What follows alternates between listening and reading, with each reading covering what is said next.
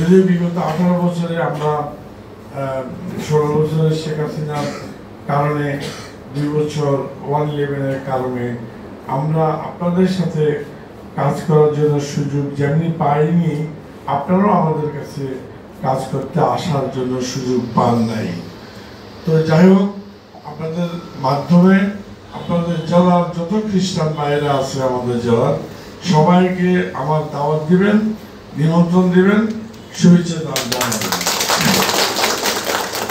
আপনাদের অন্যান্য কমিটির নেতাদেরকে বলবেন তারা যেখানে সুবিধা হয় সেখানে গিয়ে আমি সমগ্র খ্রিস্টান ভাইদের সাথে, সকল খ্রিস্টান ভাইদের সাথে এটা দেখা করতে চাই, মিটিং করতে চাই।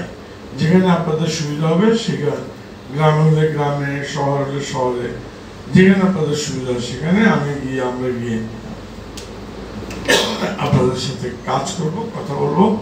আপনাদের যে সকল কষ্ট আছে, দুঃখ আছে, সমস্যা আছে, আপনারা একটা নতুন ধর্মের সাথে যুক্ত হয়েছেন, বেশি দিন হয়নি, আপনাদের অনেক সমস্যা আছে। সেই সমস্যাগুলো আমি জানি, কিছুটা উপলব্ধি করি। তো ইনশাআল্লাহ আপনাদের সেই সকল সমস্যা আমরা ক্ষমতায় গেলে, বিএনপি নির্বাচিত হলে, বেগম খালেদা জিয়া, তারেক রহমান সরকার গঠন করলে, আমি যদি এমপি হতে পারি, ইনশাআল্লাহ আপনাদের সকল সমস্যার বেশিরভাগ সমাধান করার চেষ্টা করব। বেশিরভাগ টানা তৃতীয়বার অর্জন করেছে দেশের সেরা সুপার ব্র্যান্ড স্বীকৃতি বসুন্ধরা টিস্যু। যাতে এবং আপনাদের সাথে আমাদের একটি বন্ধুত্ব, আস্থা, বিশ্বাস সৃষ্টি করার জন্য আমরা চেষ্টা করব, প্রায়োরিটি দেব।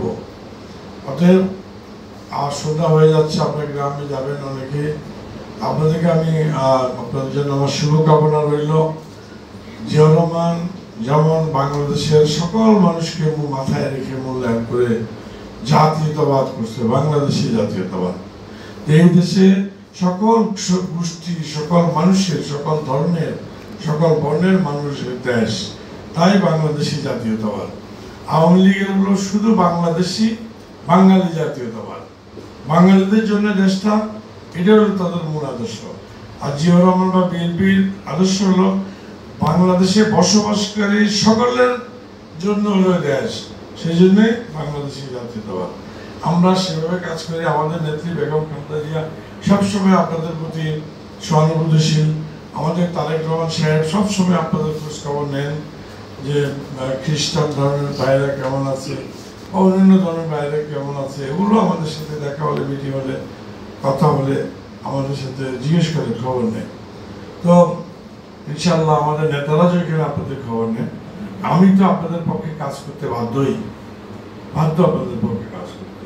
এটা আমার উপরে কি বলে আদেশ, নির্দেশ, আমার উপর নির্দেশ। তো আমাকে আপনারা এমপি বানালে আমি তো এমনি আমার উপরস্থ নেতাদের দ্বারা নির্দেশিত, খালেদা জিয়ার দ্বারা নির্দেশিত, তারেক রহমানের দ্বারা নির্দেশিত, সেই নির্দেশ আমি পালন করবই।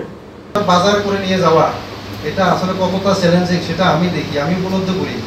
কিন্তু বিগত 17 বছরে আমরা অনেকবার চেষ্টা করেছি, বিভিন্ন জায়গায় আবেদন করেছি যে এলাকা উন্নয়নের জন্য অন্তরপক্ষে যারা প্রত্যন্ত এলাকায় বাস করে, অন্তরপক্ষে তাদের দিকে হলেও যাতে এখানে বিভিন্ন ধরনের একটা ব্রিজ হলে দেওয়ার জন্য আমরা অনেক চেষ্টা করেছি, কিন্তু কোনোভাবে আমরা রেসপন্স পাই নাই।